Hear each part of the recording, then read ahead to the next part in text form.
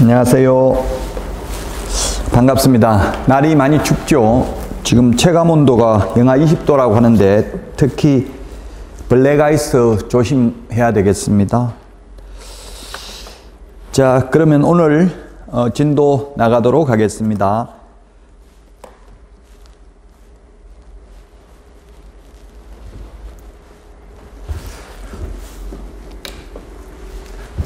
자, 우리 서울 연세법학원 네이버 카페 주소입니다. 연세법학원으로 검색하시면 나오겠죠. 밴드에도 자료 많이 있으니까요. 서울 연세법학원으로 검색하시면 될 겁니다. 자, 그러면 지난주 학습 내용 보도록 하겠습니다. 지난주 공부한 게 중개보수에서 2문제 정도 출제되고요. 포상금에서 1문제 거의 출제가 됩니다. 그리고 협회에서 1문제 정도 평균 출제됩니다. 협회는 설립할 수도 있고 안 할 수도 있고 협회 회원으로 가입할 수도 있고 안 할 수도 있고가 가장 큰 차이점이죠. 그 다음에 지도감독, 행정벌인데요. 행정처분에서 2문제, 행정벌에서 2문제에서 4문제, 협회 1문제, 보칙 1문제 하면 6문제, 7, 8문제 정도 지난주 한 내용이 출제됩니다. 자, 근데 오늘 할 내용은 이제 거의 9문제, 33회 때는 9문제, 32회 때는 8문제가 출제됐습니다. 자, 부동산 거래 신고 등에 관한 법률입니다. 오늘 공부할 내용이 부동산 신고하는 부동산이 뭔지, 외국인이 뭔지 용어정이 있고요. 그 다음에 신고 대상, 토지 건축물, 입주권, 분양권, 공급계약 이런 게 있고요. 신고는 30일 이내에 신고해야 됩니다.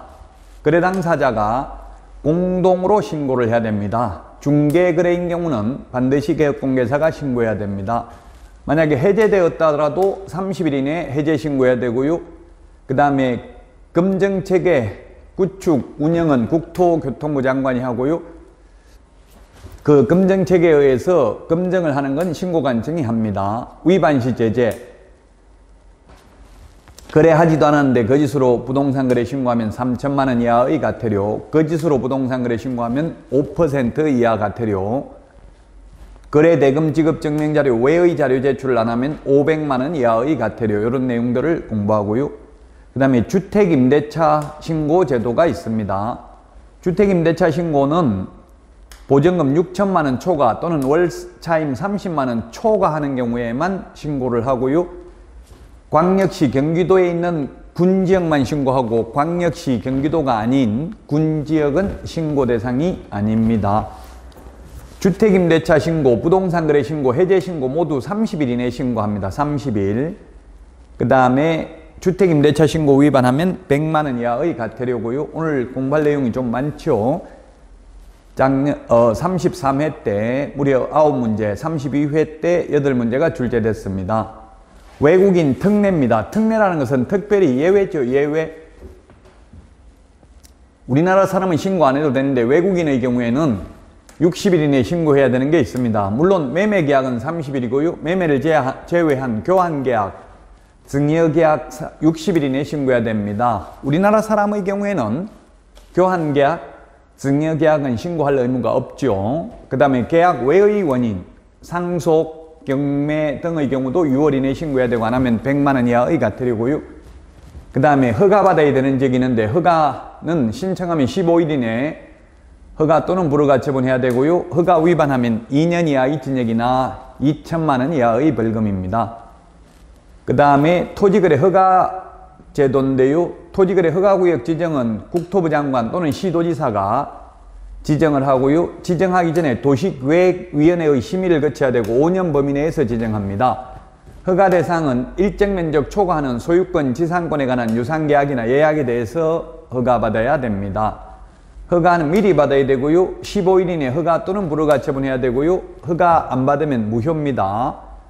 무조건 허가받는 게 아니라 주거 미지정은 60제곱미터, 상업, 공업지역은 150제곱미터, 녹지지역은 200제곱미터 초과하는 경우에만 허가받습니다. 자, 그 다음에 허가받은 목적으로 이용해야 되는 의무기간이 2년, 4년, 5년이 있습니다. 주택용지, 복지시설, 편의시설, 대체 토지 취득 2년입니다.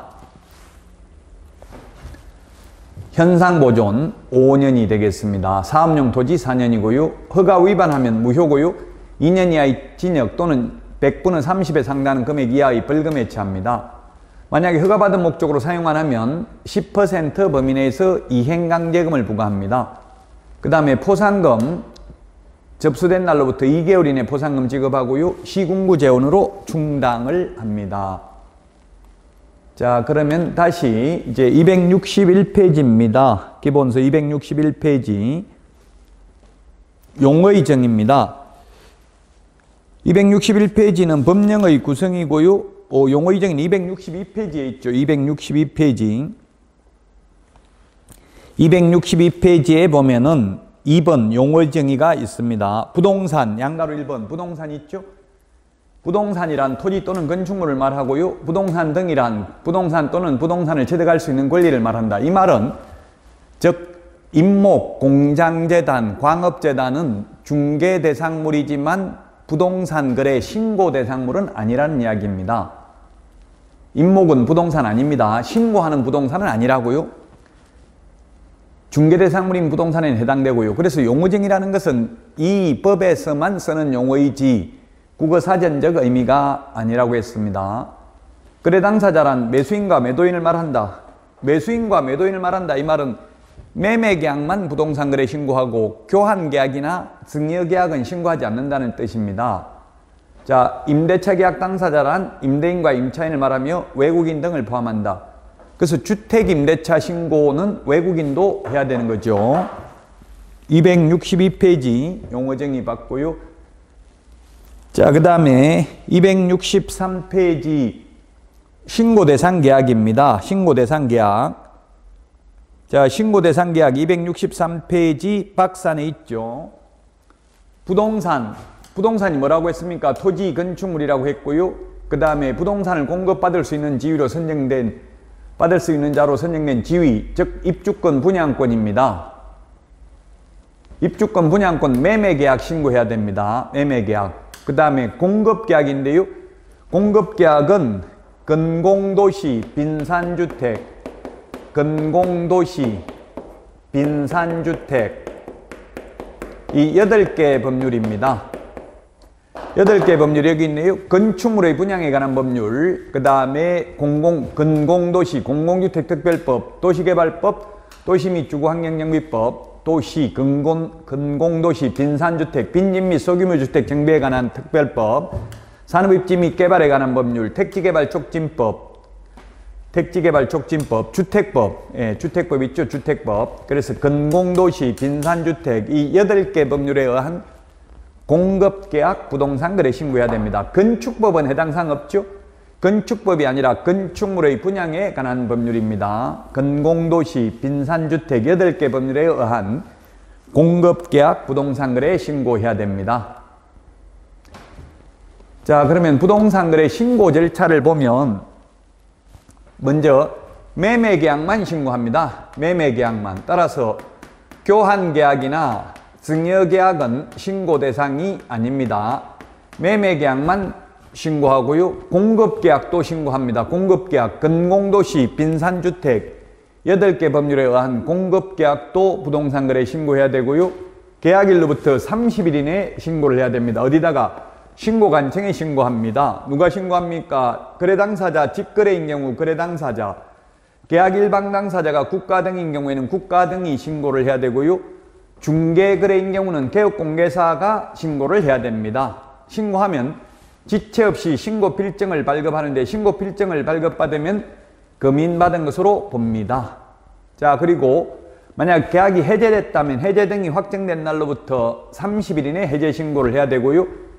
그 다음에 신고관청은 검정체계에 의해서 실거래 가격 적정성을 검증해야 됩니다. 검정체계 구축 운영은 국토부 장관이고요. 검증은 신고관청이라는 점을 주의해야 됩니다. 자, 검증을 한 신고관청은 세무서장에게 통보를 하고요. 그 다음 조사를 해가지고 세무서장에게 통보하고, 그리고 만약 위법 행위가 있을 경우 고발을 하게 됩니다. 그리고 그 결과를 신고관청은 시도지사에게 보고해야 되고, 시도이사는 보고받은 내용을 매월 1회 국토교통부 장관에게 보고해야 됩니다. 신고, 부동산 거래 신고 절차입니다. 신고 절차.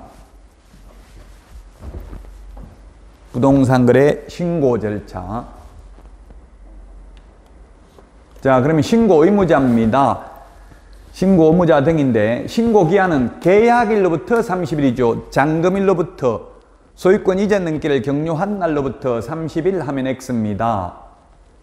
계약일로부터 30일입니다. 부동산 거래 신고, 해제 신고, 주택임대차 신고 다 30일이죠. 직거래라는 것은 개업공개사 없이 거래 당사자 직거래인 경우 거래 당사자가 공동으로 신고한다. 이때 공동으로 신고한다는 말은 공동으로 신고서에 서명 또는 날인한다는 뜻이지 반드시 제출을 같이 해야 되는 건 아닙니다. 신고서에 서명 또는 날인을 공동으로 해야 됩니다. 다만 계약 일방 당사자가 국가 등인 경우는 국가 등이 단독으로 신고를 하고요. 한 명이 신고를 거부하면 역시 다른 일방이 단독으로 신고할 수 있고요. 단독으로 신고할 때 한 명이 거부해서 단독으로 신고할 때는 단독 신고 사유서와 계약서 사본을 첨부해야 됩니다. 그러면 공동으로 신고할 때는 계약서 사본 첨부할 필요 없죠. 이렇게 한 명이 신고를 거부해서 일방이 단독으로 신고할 때는 사유서와 계약서 사본을 제출하러 가야 되기 때문에 전자문서는 불가능하고 방문신고만 가능합니다. 그 다음에 중개거래인 경우 개업공개사가 계약서를 작성한 경우는 개업공개사가 신고해야 됩니다. 그리고 공동중개를 했을 경우에는 공동중개에 참여한 개업공개사가 모두 공동으로 신고서에 서명 또는 날인을 해야 됩니다. 제출은 한 명이 제출해도 된다고 했죠? 신고기한 계약일로부터 30일입니다. 잔금일로부터 30일 아니고요. 265페이지 부동산 거래 신고 절차를 봤습니다. 자, 그 다음에 신고 방법입니다. 268페이지 5번에 신고 방법 있죠? 신고 방법은 신고서 제출, 방문 신고가 있고요. 전자문서 두 가지가 있습니다. 전자문서는 인터넷으로 부동산 거래 관리 시스템, 즉 RTMS 국토교통부 홈페이지가 있습니다. 거기에서 인터넷으로 하는 게 전자문서입니다. 방문 신고할 경우에는 신고서에 서명 또는 날인하면 됩니다. 계약서 확인 설명서는 서명 및 날인이고 그 외의 모든 서류는 서명 또는 날인입니다. 전자문서는 본인만 전자문서로 신고할 수 있고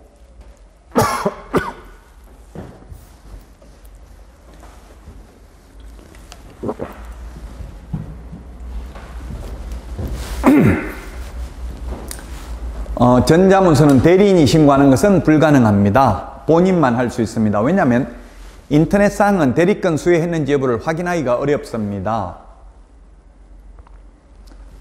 자, 공동으로 서명 날인하여 1인이 제출한다.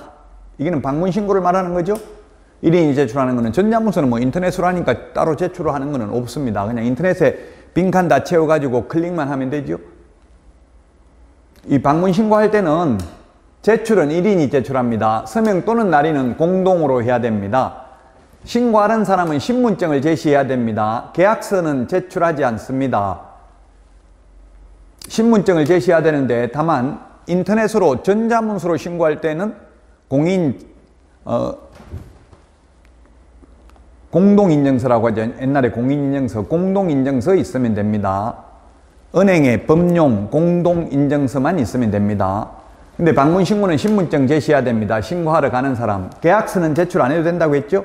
원칙 미제출 이 말은 예외적으로 한 명이 신고를 거부해서 상대방이 단독으로 부동산 거래 신고할 때는 계약서 사본도 제출해야 되고요. 중개거래, 개업공개사가 중개를 한 경우 개업공개사만 계약서에 서명 또는 날인하고 거래 당사자는 서명 또는 날인하지 않습니다. 중개거래인 경우는 반드시 개업공개사가 신고해야 되고 거래 당사자 직거래인 경우에는 거래 당사자가 신고해야 됩니다. 국가 등이 일방 당사자라 하더라도 중개거래인 경우에는 개업공개사가 신고합니다. 거래 당사자 직거래인 경우에는 국가 등이 계약 일방 당사자면 국가 등이 단독으로 신고했죠. 그러나 중개거래, 즉 개업공개사가 계약서를 작성 교부한 경우에는 국가 등이 일방 당사자라 하더라도 개업공개사가 신고를 해야 됩니다. 제출 대행입니다. 271페이지 제출 대행. 제출을 대행이 대행할 수 있습니다. 제출을 대행할 수 있는데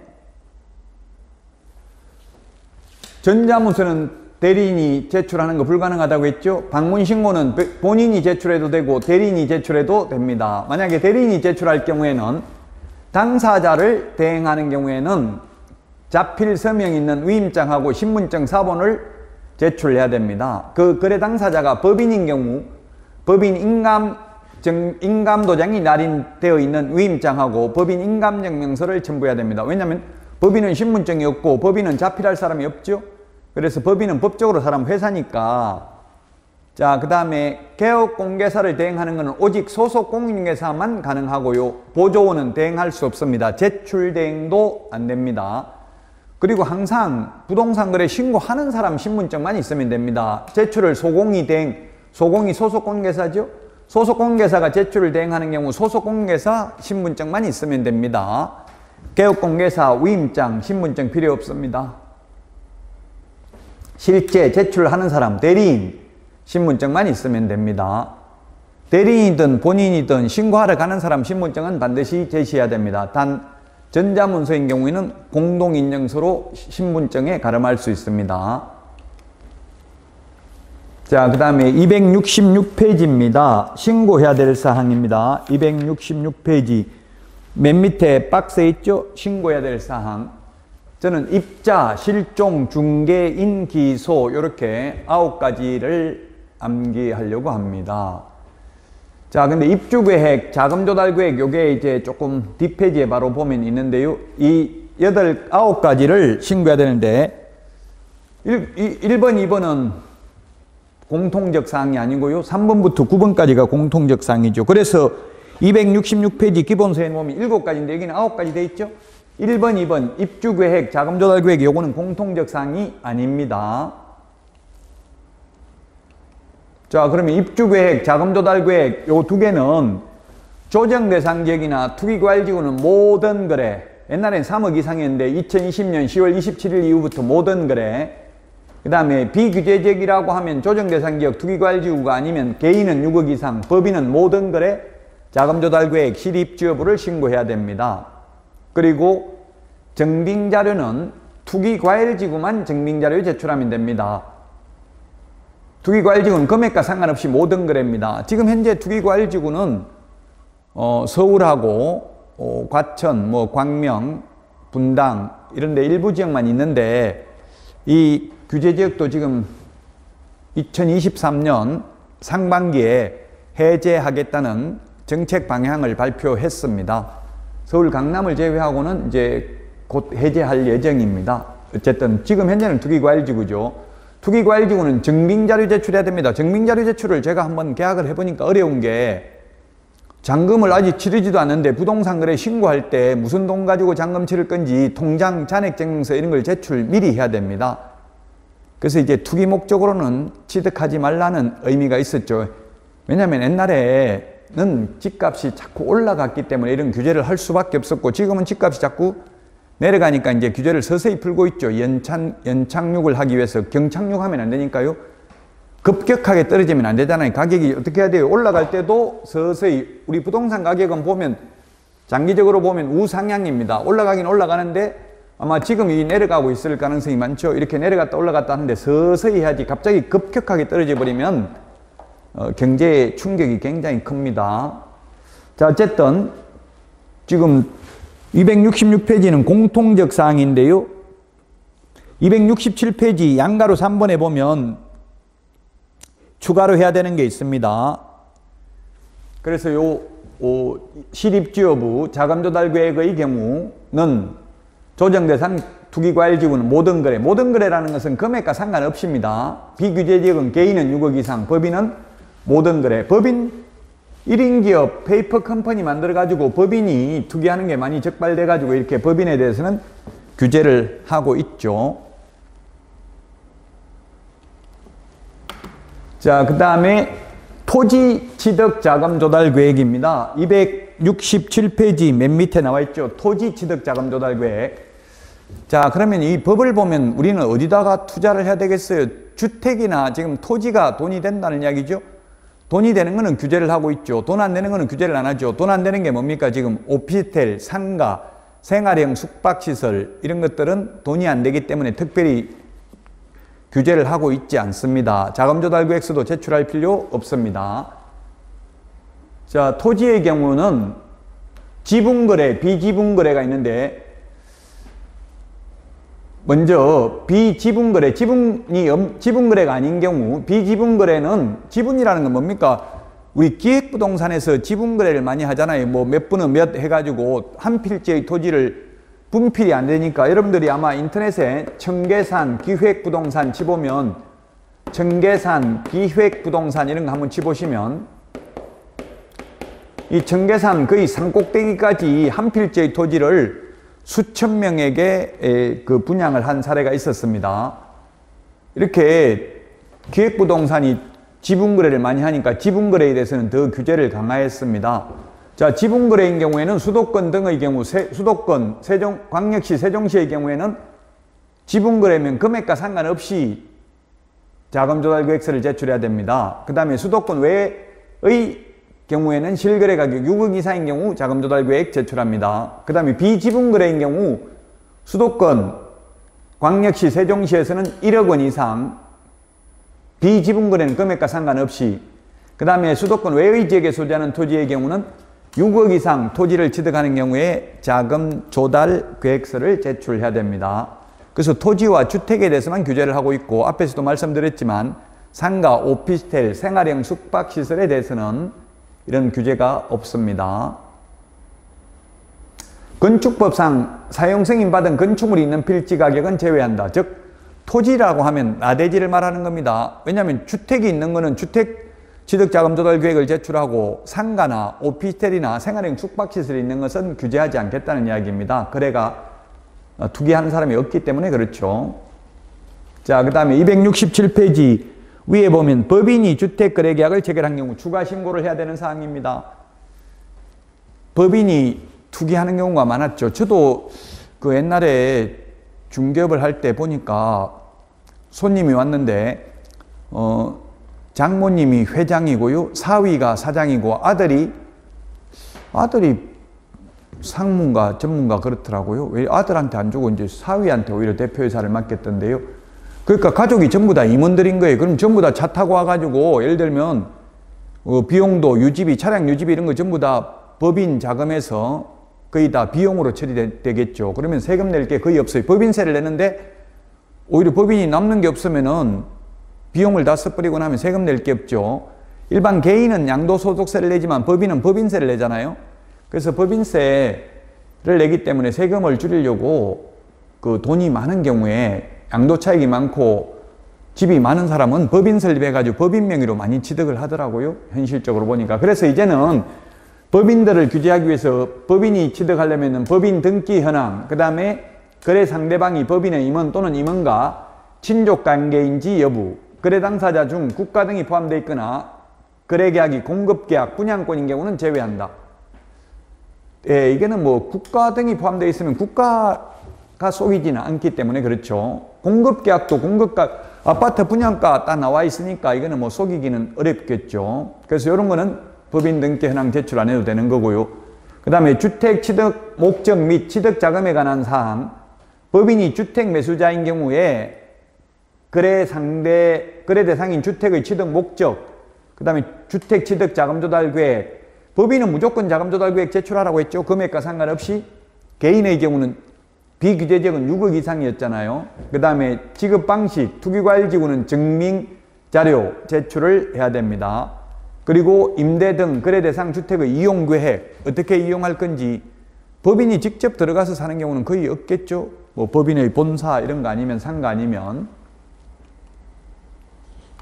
자, 그 다음에 신고 필정 발급입니다. 273페이지. 오늘 하는 파트가 조금 어렵습니다. 273페이지 메뉴에 있죠. 근데 여러분들이 이제 계속 수업을 들으면 이제 조금씩 더 보충을 하게 될 겁니다. 1월, 2월, 3월, 4월.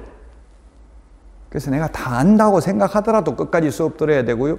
차라리 모를 때 수업 듣는 거는 좋은데 다 아는데 수업 듣는 게 굉장히 힘들죠.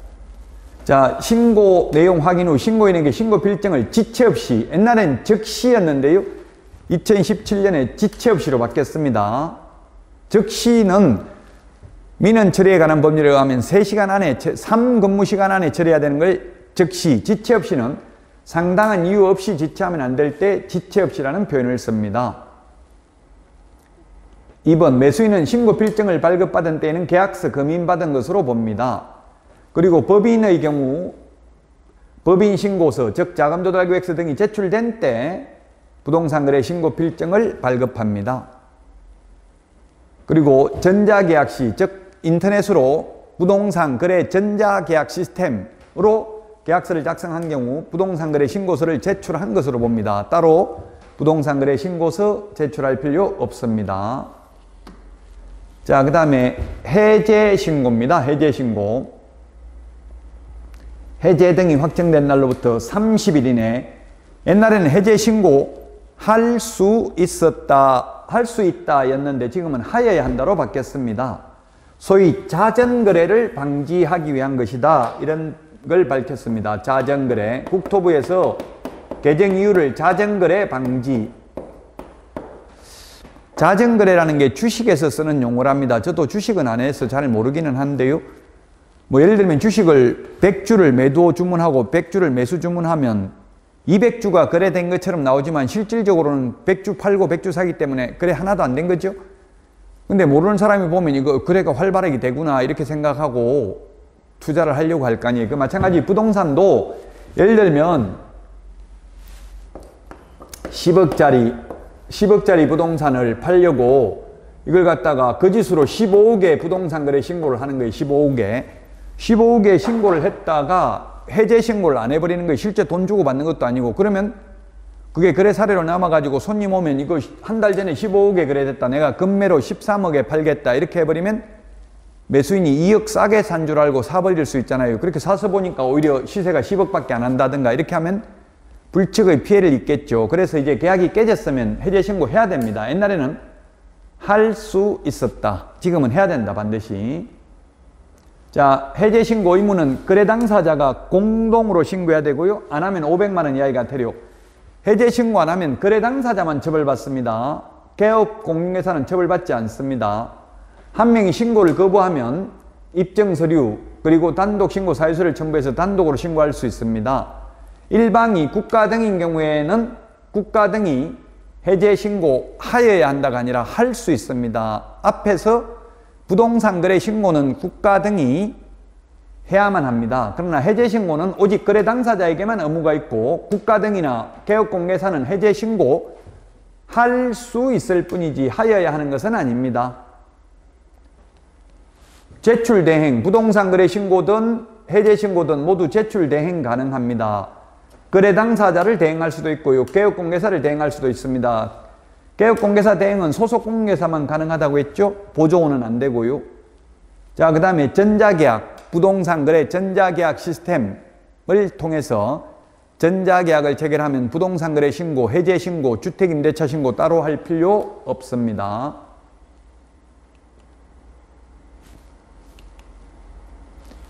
자, 그 다음에 279페이지 정정신청입니다. 정정, 그리고 변경신고인데요. 정정이라는 것은 오타를 고치는 겁니다. 처음부터 잘못 적은 건데 정정신청, 변경신고는 하여야 한다가 아니라 할 수 있다로 되어 있습니다. 해제신고는 하여야 한다고 했죠. 주지사, 종목 5개입니다. 거래 당사자 주소, 전화번호, 휴대전화번호, 거래 지분 비율, 개업공개사의 전화번호 상호, 사무소 소재지, 거래대상 건축물의 종류, 그 다음에 부동산 등의 지목, 면적, 거래 지분, 대지권 비율입니다. 정정신청서는 법정 서식이 없고요. 신고 필증에다가 정정상을 기재해서 제출하면 됩니다. 오타 고치는 겁니다. 처음부터 잘못 적은 것은 정정입니다. 자, 거래 당사자의 주소, 전화번호, 휴대전화번호는 단독으로 정정이 가능합니다. 그래서 혼자서 가능하기 때문에 전자문서 X 안 됩니다. 방문 신고만 가능합니다. 왜냐하면 담당 공무원이 사실 여부를 확인해야 됩니다. 단독으로 하는 것은. 건축물의 종류, 건축물의 종류는 정정 가능한데 토지의 종류 정정 안 됩니다. 토지의 종류 정정 안 되고요.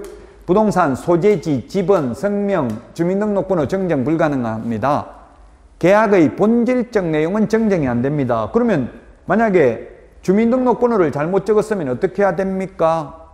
만약 주민등록번호를, 성명을 다 정정하면 어떻게 되겠어요? 매수인 박용덕이었는데 김용덕으로 바꿔버리고 주민등록번호 바꿔버리면 그건 딴 사람한테 거래한 거잖아요.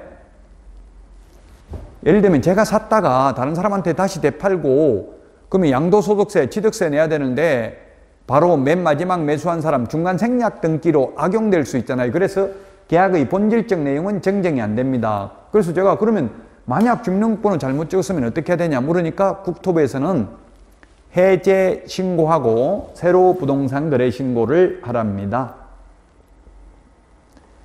그래서 정정 신청하는 방법은, 정정하는 방법은 신고 필증에 정정상을 표시하고 정정 부분에 서명 또는 날인하여 신고관청에 제출하면 됩니다. 정정, 변경, 신고 필증 지체 없이 교부합니다. 전부 지체 없이입니다. 즉시가 아니고 다 지체 없이입니다. 지체 없이. 자, 그 다음에 280페이지 변경 신고할 수 있습니다. 변경 신고. 역시 변경 신고도 하여야 한다가 아니라 할 수 있다. 우리 기본서 280페이지에 보니까 변경 신고는 두 번째 줄에 등기 신청 전에 가능하다고 되어 있죠. 등기 신청 전에. 등기 신청 전에만 가능합니다. 자, 변경 신고할 수 있는 것 280페이지 그 박스에 기역 미연으로 되어 있는데요. 기역 미연 되어 있는 거 이거하고 지금 여기에 있는 거하고는 순서가 좀 다릅니다. 순서가. 제가 제 방식대로 암기하려고 순서만 바뀌었고요. 8개는 똑같죠?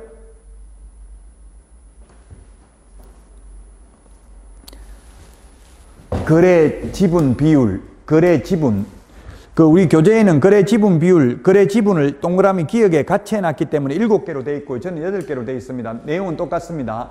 지분 변경, 도면 가기 이렇게 8가지로 암기하도록 하겠습니다. 법조문에는 8가지입니다. 우리 기본서에 박스 안에 7가지 기역 미연이 있는데요. 자, 그래서 거래 지분 비율, 거래 지분 변경 신고할 수 있습니다.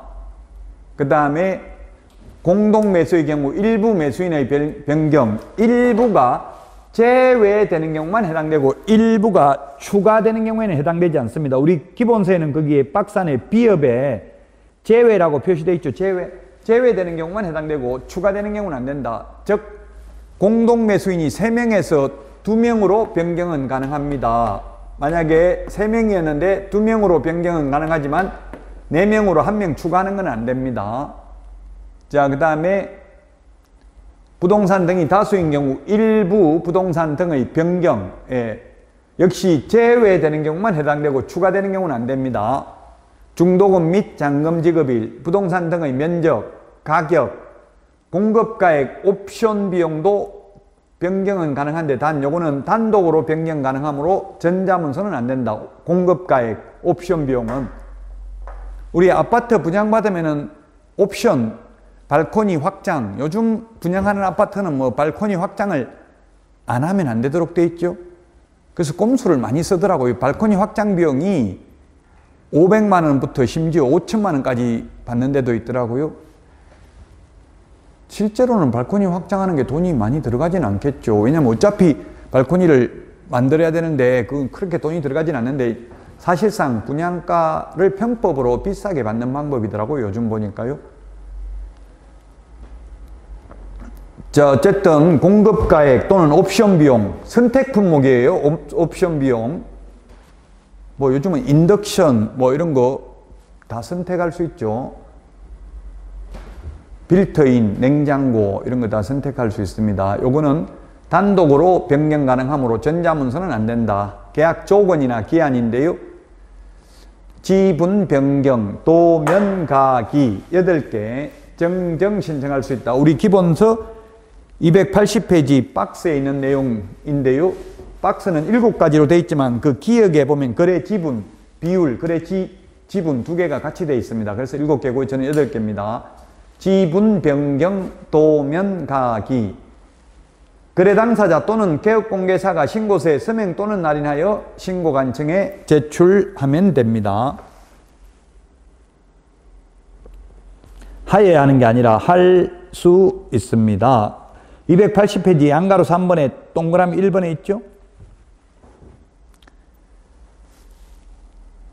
면적 변경 없이 가격을 변경하는 경우에는 계약서 사본을 제출해야 되고, 이 계약서 사본 제출하러 가야 되니까 전자문서 안 된다. 면적 변경 없이 가격을 변경하는 경우는 등기 신청 전에만 가능합니다. 전에만. 등기 신청 후에는 안 됩니다. 변경 신고는 언제든지 가능하지만 정정 신청은 등기 신청 전에만 가능하다. 정정이라는 것은 오타를 고치는 것이고, 변경은 처음부터 잘못된 게 아니라 추후 합의에 의해서 내용을 변경하는 경우를 말합니다. 자, 그 다음에 주택임대차 신고입니다. 281페이지 주택임대차 신고 32회 때 출제됐죠?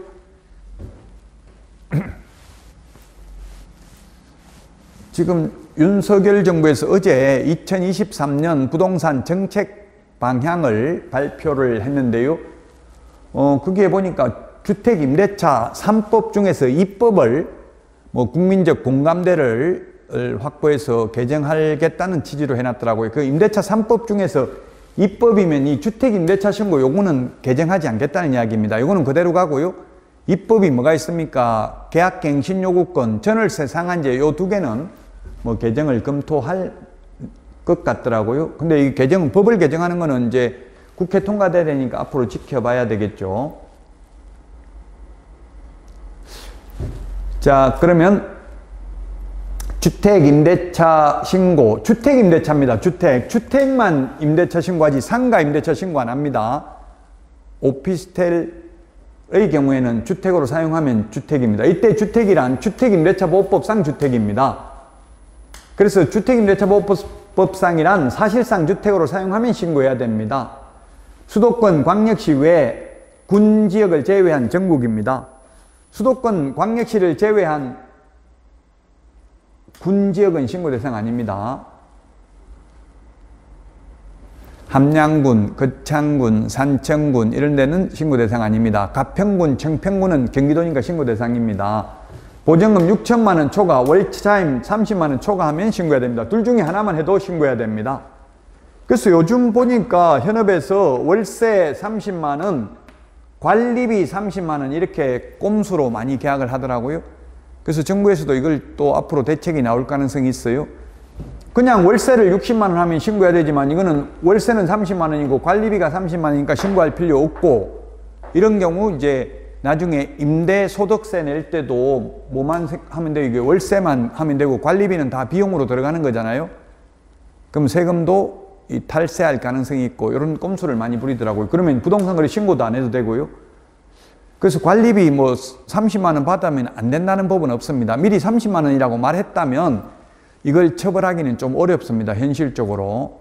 그래서 지금 미리 관리비를 설명하도록 하고 조금 약간 이제 법을 앞으로 개정하려고 하죠. 또 6천만 원, 보증금 6천만 원 또는 월차임 30만 원 둘 중에 하나만 초과하면 신고해야 됩니다. 초과입니다. 이상이 아니고 초과. 왜 6천만 원으로 만들었느냐, 이게 대해서는 정부에서는 6천만 원으로 만든 이유가 최우선 면제 받는 게 지금 기타적이라도 6천만 원 이하인 경우 2천만 원까지 최우선 면제 받으니까 세입자를 보호하기 위해서 6천만 원 초과로 바꿨다고 하고요. 2021년 6월 1일 이후 체결된 주택임대차 계약 신고해야 되고요. 안 하면 100만 원 이하의 과태료인데요. 100만 원 이하의 과태료는 2023년 5월 31일까지는 유예되어 있습니다. 유예되어 있지만 이제 그러면 2023년 6월 1일 이후 체결한 계약부터 신고하는 게 아니고 이 이후에 체결한 계약을 신고해야 되는데 안 해도 처벌은 2년간 유예하고 있습니다. 자, 계약 체결일로부터 30일 이내입니다. 앞에 부동산 거래 신고도 계약일로부터 30일, 해제 신고는 해제 등이 확정된 날로부터 30일, 주택임대차 신고도 30일이 되겠습니다. 계약일로부터 30일입니다. 신고해야 될 사항, 거래 당사자 인적사항입니다. 성명, 주민등록번호, 주소, 연락처, 그 다음에 주택 현황, 아파트인지 단독인지, 소재지, 건물명, 면적, 방의 수, 방 몇 칸인지 이런 것도 신고해야 되고요. 보증금, 차임, 계약기간, 계약 체결일, 그 다음에 만약 계약갱신 요구에 해당하는 여부도 신고해야 됩니다. 왜냐하면 이게 묵시적 갱신, 법정 갱신 돼버리면, 예를 들면 가만히 있어버리면 어떻게 돼요? 만약에 2년 계약을 했는데 2년 계약을 했으면 2년이 끝나기 6개월 전부터 2개월 전까지 주인의 경우 반드시 세입자에게 계약갱신 요건을 행사해서 5% 올려주고 살 거 아니면 나가라 이렇게 통보를 해야 돼. 통보 안 하고 가만 내버려 둬버리면 2년에다가 또 묵시적 갱신해서 2년 더 살 수 있고요. 이제 4년 끝나기 6개월 전부터 2개월 전에 세입자 보고 나가라고 하니까 세입자가 계약갱신 요건을 또 행사할 수 있습니다. 계약갱신 요건은 1회에 하나에 행사할 수 있죠. 한 번에 행사할 수 있기 때문에 이것도 신고를 해야 됩니다. 계약갱신 요구에 해당하는지 여부.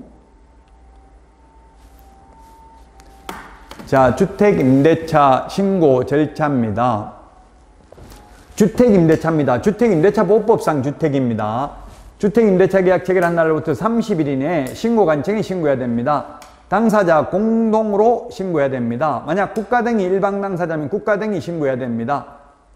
개업공개사는 신고할 수 있고 개업공개사는 신고할 의무는 없습니다. 조금 전에 인적사항, 계약 내용 등을 신고해야 된다고 했죠.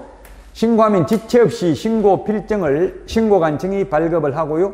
만약 정정을 하려면 정정 신청도 가능하고요. 그 다음에 해제됐으면 해제 신고해야 되고요. 그 다음에 변경 신고할 수 있습니다. 해제 신고, 변경 신고하면 지체 없이 확인서를 발급해 줍니다. 해제 신고도 해제 등이 확정된 날로부터 30일 이내 신고해야 됩니다. 변경 신고도 30일 이내 해야 됩니다.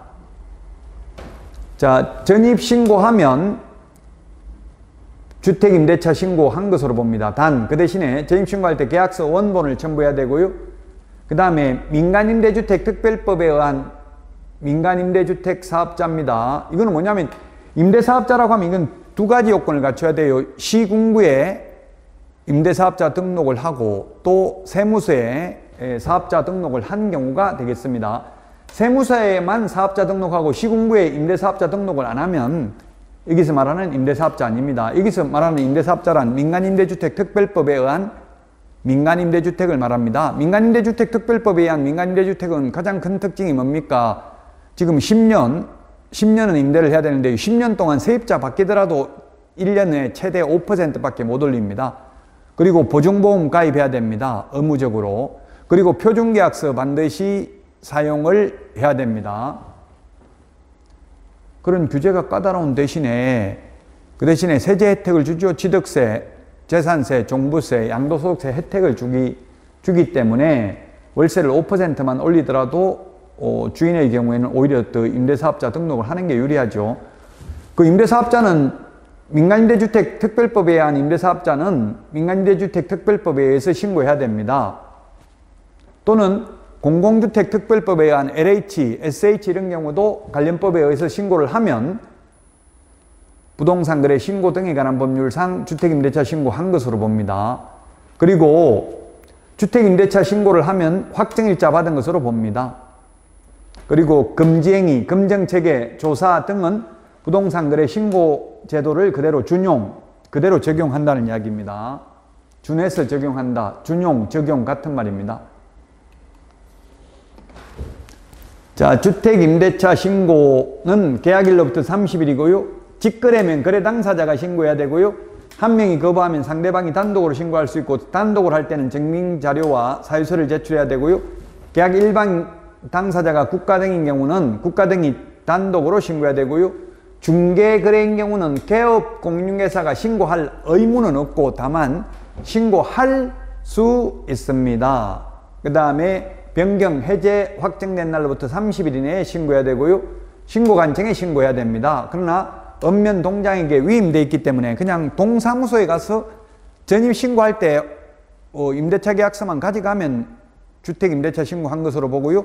주택임대차 신고하면 확정일자 받은 것으로 봅니다. 확정일자도 이제 받을 수 있죠. 그 세입자, 문재인 정부에서는 이걸 세입자 보호하기 위한 것이다. 건물주들은 세금 폭탄 때리려고 한 것이다. 이렇게 서로 주장이 엇갈렸죠.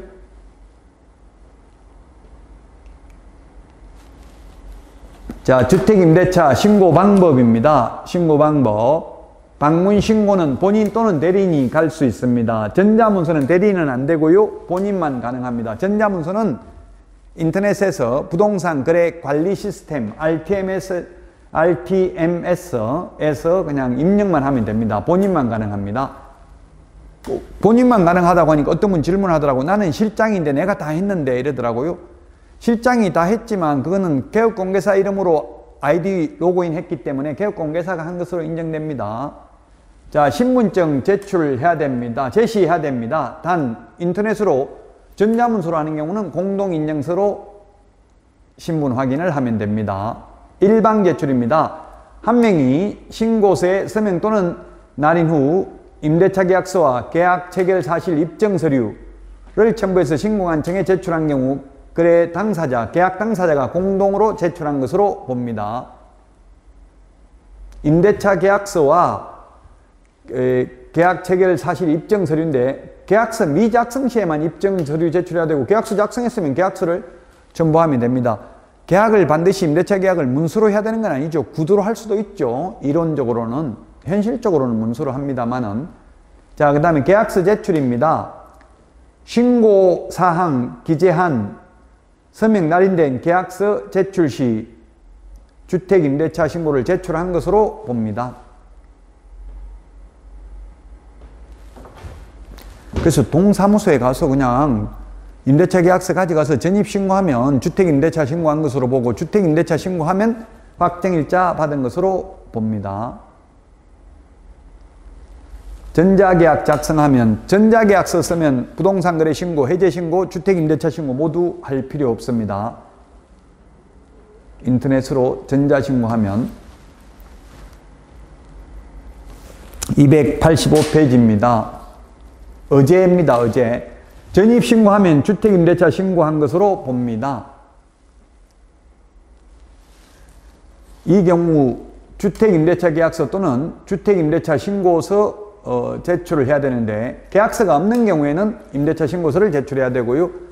그리고 주택임대사업자 관련법상 신고했을 때 주택임대차 신고한 것으로 본다. 이것은 관련법이란 민간임대주택특별법하고 공공주택특별법을 말합니다. LH 국민임대 30년이면 LH에서 신고를 하거든요. 그러면 따로 주택임대차 신고할 필요 없다. 주택임대차 신고하면 확정일자 받은 것으로 본다. 단 임대차 계약서는 제출을 해야 됩니다. 확정일자 도장을 찍어줘야 되니까. 이 주택임대차 신고를 위반하면 100만 원 이하의 과태료인데 이때까지 과태료는 부과하지 않고 유예했었다. 2023년 5월 말까지는 유예됩니다. 근데 우리 시험이 2023년 10월 달에 보기 때문에 이제 이 과태료도 시험에 나올 수 있겠죠? 32회, 33회 때는 과태료 시험에 출제되지 않았습니다. 유예됐기 때문에. 자, 여기까지 하고 쉬었다가 외국인 특례부터 보도록 하겠습니다.